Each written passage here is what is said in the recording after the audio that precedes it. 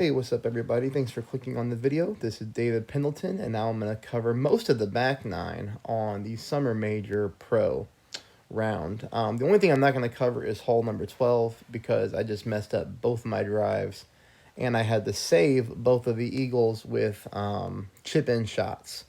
But everything else is okay. Here we have a minus 30. I did pull it together on my other accounts. My other account is currently sitting in 8th place, and this one is sitting in 3rd. Definitely some tough competition, some people putting up some great scores for sure. So hopefully, if you're not a subscriber, hopefully this video will get us to the 5,000 mark as we are ever so close. Definitely appreciate everybody for being a subscriber, and please hit that thumbs up before you go. All right.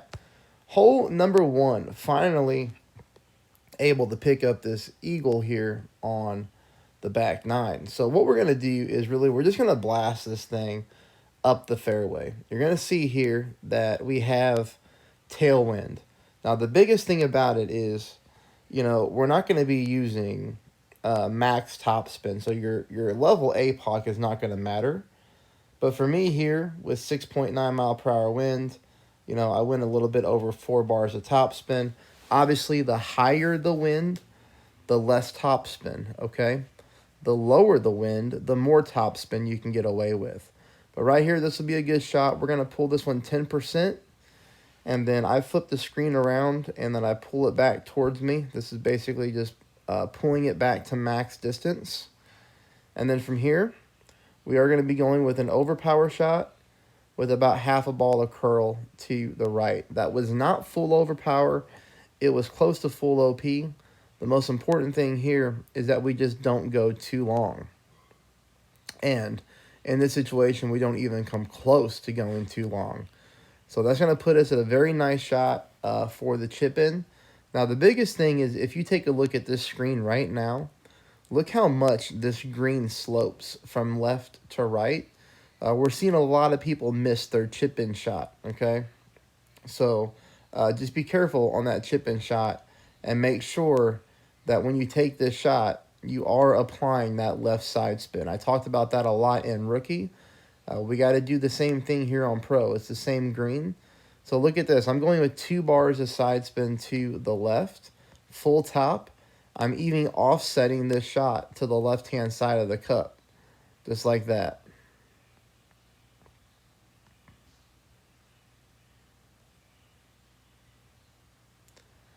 We hit a perfect ball.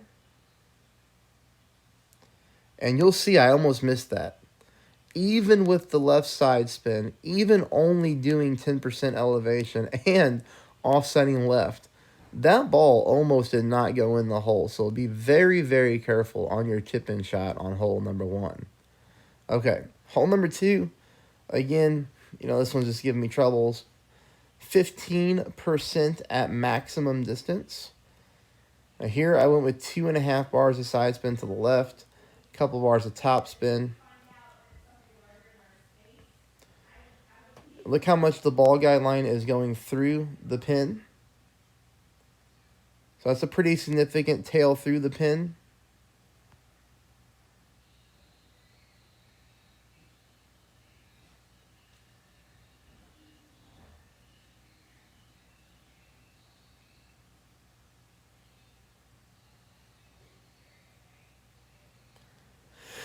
We hit a perfect ball. And then my ball just dies on me. So, I hit the bottom part of the darker rough. This one is giving me fits, and hopefully in the final round I find a better line on hole number 2. Like I said, hole number 3 I am going to skip, okay? The reason I'm skipping it is because I put both my drives in the rough. I was trying to gamble on the left-hand side. Hole number 3 is an easy eagle. Just play it straight up like we have been, and you'll be okay. This is going to take me to hole number 4. If you noticed on my scorecard, I did eagle hole number 4. But I'm going to show you the shot that leads to the eagle on shot number 2. And then I'll explain why as well. But it's okay. It's all good. This is a pretty normal shot here. Just barely pulled in the overpower. But I decided to just take a normal shot. Here, it's just about making sure we hit perfect so that we go from fairway to fairway. Leaving us up for shot number 2. which is going to be with our Hornet rough bump. Okay. This Hornet rough bump here is going to be played 10% at max. This ball does not go in the hole, but it is the right line. The reason I'm not showing you the eagle drop is because I hit a slight great right shot on my other account and dropped it. So for this one here, I fixed the shot to get the right line, okay? No side spin. And you're going to see here, I put on right at 4 bars of top spin. And that was my only mistake on this account, was the top spin. You know, hitting the great shot for the drop allowed me to know what I did wrong on my other account. But here, you see that we've got the line pretty much figured out. It's just too much top spin, and it bounces out of the hole. So if we slow that thing down a little bit, it would have dropped there on the right-hand side of the cup. But that's it for that one. And then we move on to this hole. I want you to try to play this one minus 10% at minimum distance with your quarterback. This is one that's pretty aggravating that, again, you know, I'm 0 for 4 on. I couldn't get it on the front 9, and I couldn't get it on the back 9. It should be a very simple shot, especially when you only have to use a couple bars of backspin. You know, we get to play a club basically at absolute minimum distance. You would think that I would get this one figured out. So I'm pretty disappointed with myself that I did not get this ball to drop.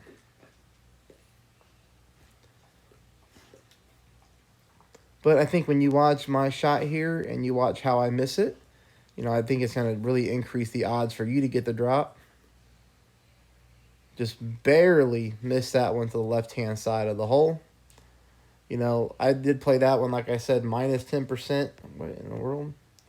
I did play that one, like I said, minus 10%, which means, you know, we're not pulling that many rings to the right. So, you know, the only thing that I could think of doing here is just maybe starting to try to play this one here at minus 5. That way it makes us pull, you know, another decimal or so. Take a shot to practice and try minus 5%. If you still miss, then change it to 0 and see what happens. But somewhere between 0 and minus 5 is going to be super close to getting that ball in the hole. Hole number 6 really stinks. I had to scramble and save an eagle on one account, and then this account I decided to go with a bubble ball. A bubble ball is really important here. If you have a ball like this, it's going to be like a wind 3, power 5, side spin 2. Because it's really going to allow you to eliminate the wind on this hole. 4.6 miles per hour is a heck of a lot better than the 8.1 that I got hit with on my other account. Here, you can see we're going with as much top spin as possible, combined with 2 bars of side spin to the right. You know, if you have an extra mile 9, this is a great club. If you have a high-level Thor's hammer, I would suggest doing that. Anything that's going to power us up, you know, this 400-yard mark is going to be super good, because that's going to allow us to attack the pin, and we haven't really had the opportunity to do so. If you notice the graphic there, my opponent is in the sand. Both of my opponents struggled on this hole, and they both used money balls. So keep that in mind. This hole's tough. This hole could get some people. But if we play it this way, we're going to have a really good chance for an albatross. The big dog albatrosses are always tough, because, you know, we don't have that ball guideline to read off and gauge. But all we can do is try to get close and then learn from a perfect shot. I do hit this ball perfect.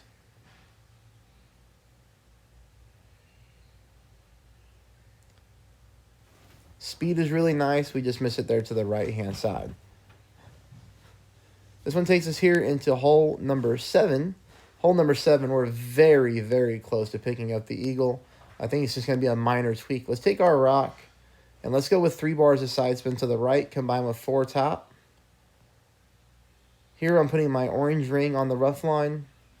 Plus yardage mark, doesn't really matter, as I'm playing this one 0%. I'm just making sure that I put my red ring there on the rough in case I hit a great right. I can get away with it. But here I do hit a perfect ball. Always remember on shots like these to leave yourself a ring of wiggle room for a great ball. You know, you don't need to play this type of drive like hugging the rough. Just leave yourself room. This is all we're looking to do. This will take us to shot number 2. I play this one 10% at mid, so, you know, essentially 1-to-1. And I really do like the backspin. I think the 5 backspin is good. The side spin is going to be the one that's going to be the wild card. So here I'm going 5 back, 2.5 right. First account, I went 3 right, and I barely missed this shot to the right-hand side. Ball guide line, middle of hole, through the pin. Now this one, you're going to see that after I make my wind adjustment here, I hit a perfect ball, and we're going to miss this one just barely to the left-hand side. So what does that tell me? If I barely miss left and I barely miss right, I played 3 bars of side spin to the right on one account. I played 2.5 on this one. We need to go 2.8. 2.8 should put you right there. It's not going to be a guaranteed drop, but it should at least be in the cup, you know, or right around it, assuming you get around the same amount of yards that I do on the drive. 2.8 right, 5 back should be a really good looking shot. Here I want you to try 40% at max. This is another one to where we're using a power 1 ball that you could definitely dial in. If this was the final round, I might spend some more practice tokens on it. You know, as long as I have support, you know, with practice tokens and a navigator ball. This is one we can dial in. The shot you're going to see me play right here is like 35% at max. I do want you to bump it up and try to play at 40% at max, okay? You're going to see why. We hit a perfect ball, and this crosswind just kind of catches the ball and pushes us to the right-hand side. So we need to pull a little bit more rings in order to counter effect that. But again, you're seeing here on the back 9, we're leaving several shots like right at the pin. We're getting the zoom in, which means we're close. But, you know, we got just a little bit of wiggle room there on that one, and we're good. Yeah? Okay, thank you. I'll be right there. Sorry about that, guys. We're going to be heading here. I almost thought about playing a no-move target, and the reason I'm thinking about a no-move target is just because of that wind push, right? We don't want to start our target at max yards, at like the plus 30 or plus 31, whatever it is. We've got to back up here because we're going to take an overpowered shot, and we don't want the wind to carry us. Oops. So what I do here is I back up quite a bit, which is going to allow me to go with a full ball of curl, just like that, and max OP. And again, this is a situation to where we're taking a very, very controlled overpower shot.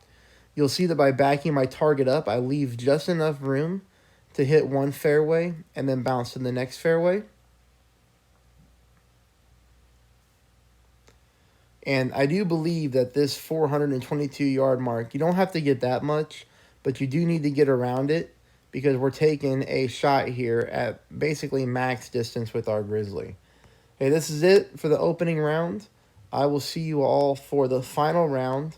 I am making all my accounts through. And remember, I did decide to play my 2 baby accounts in the major. So I have 6 accounts. I need you to be patient with me if you have the ability to give me time to play everything. And I do work all weekend. So I do work Saturday and Sunday. So just give me time. I'm going to do my absolute best to get everything out there with the best content that I can. But it may just take a little bit longer than normal. Also, please don't forget to hit the thumbs up. And if you do like my videos, if you'd like to show me a token of appreciation, I always put my PayPal comments in the link below. Literally any donation, any support does help. It does go a long way. I appreciate you for watching. I'll see you in a day or so. Thanks, guys.